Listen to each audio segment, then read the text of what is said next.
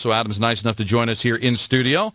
How are you? Fantastic. Fantastic. It doesn't get any better than this. We've talked about this. We're playing hockey in June, and a big Ranger win last night. So looking forward. Can't wait for the drop of the puck tomorrow night. How often do you walk down the street that someone comes up to you and says, Adam, thanks, man, hugs you, shakes your hand, just wants to kind of reminisce that 94 run? Well, I think that's a special part of that championship, and people say, how did it feel? And I say the uniqueness of that championship in '94 was that the same way that we were feeling as players, the fans were feeling, the city was feeling, and that's not always the case. There's always different levels of. Did you feel that at the time that the city was there with you? Without question, but you can't understand the magnitude until you step away from it and you look back on it and put things in perspective, and you understand that it was generational and generations of families that had that same feeling, and that was the uniqueness of it, that there wasn't different levels of satisfaction. That passion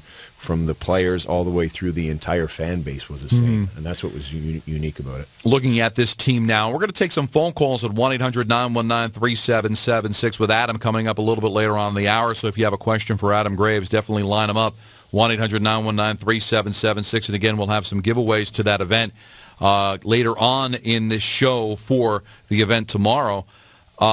They looked overwhelmed in the third period last night, and they were outshot 15-1. It looked like the Kings had worn them down. Their day off is going to be spent flying across the country to Los Angeles. Would you be concerned about how they will be prepared for Game 5 after what you saw in the third period last night?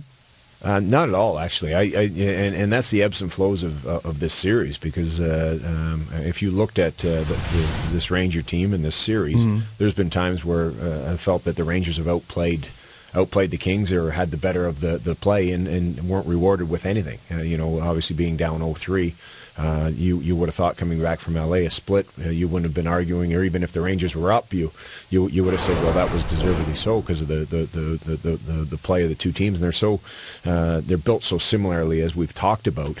And when you have a team that is as good as LA is, because they are an excellent hockey club, and they get a surge like they did yesterday, trying to get back into the game, and it is somewhat hockey nature at times when you do have a lead, you're protecting, you sit back and you don't force the offense. And you've seen it with other teams in other series where you would say a team that you wouldn't expect to get hemmed in or outplayed or outshot in a period does get outshot because you sit back a little bit and you're protecting the lead. And when Henrik's playing the way Henrik plays, sometimes you can get into that safety zone where you know that nothing's getting by him. And certainly there were some close calls. And I know looking at the ice around the puck, the snow around the puck in the paper today, you realize how close it was. But that's hockey, and I think that the hockey bounces in the first 2 or 3 games of the series didn't go the Rangers' way, but last night, fortunately enough, they did go their way. And going into LA, I think that they're going to be rested.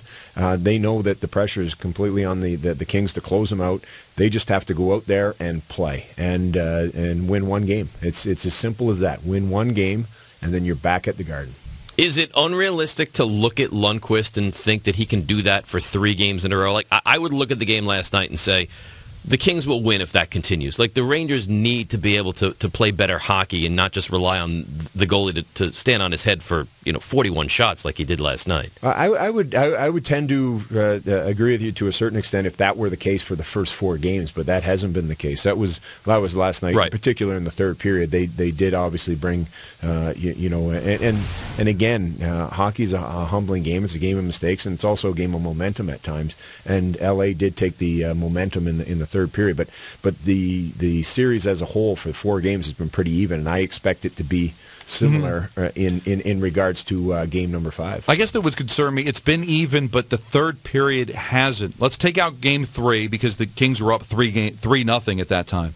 But if you combine the 3 third periods of Game 1, 2, and last night, the Rangers have been outshot 47-11.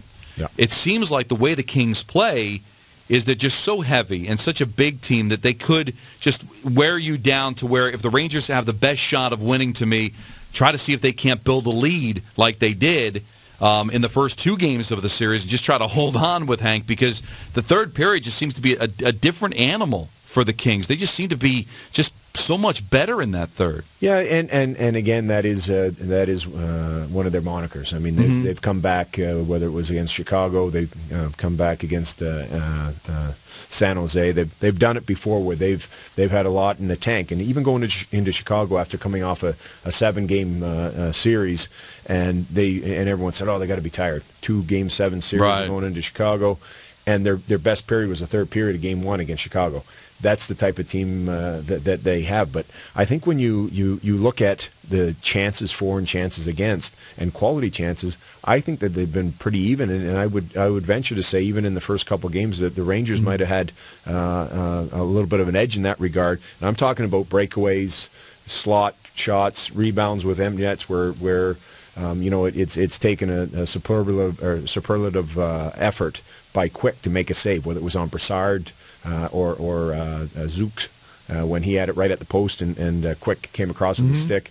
So I think as far as chances are concerned and grade A chances, it's been pretty even, if not the edge to the Rangers. Why has it been that the Rangers were so good speed-wise? They looked like the faster team early on in Games 1 and Game 2, and it didn't feel the same way in 3-4 back at the Garden. Is it the series gets drawn out? Is it that L.A. has changed an approach? Why do you think it is? Well, I think part of it, too, is that L.A. and certainly in, when Carter scored that goal late in the first period of game number 3, I think it took a little bit of the momentum away from the Rangers, and then going up 2-0 and then 3-0.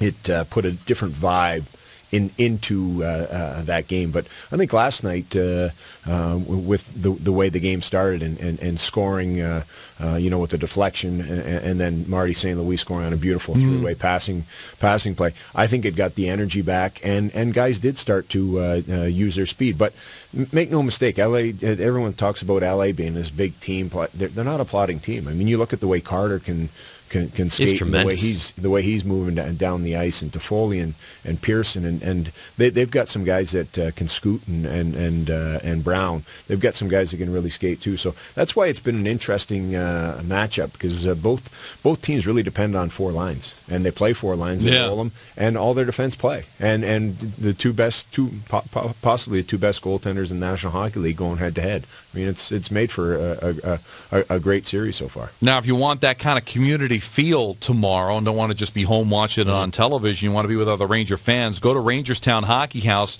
presented by Chase.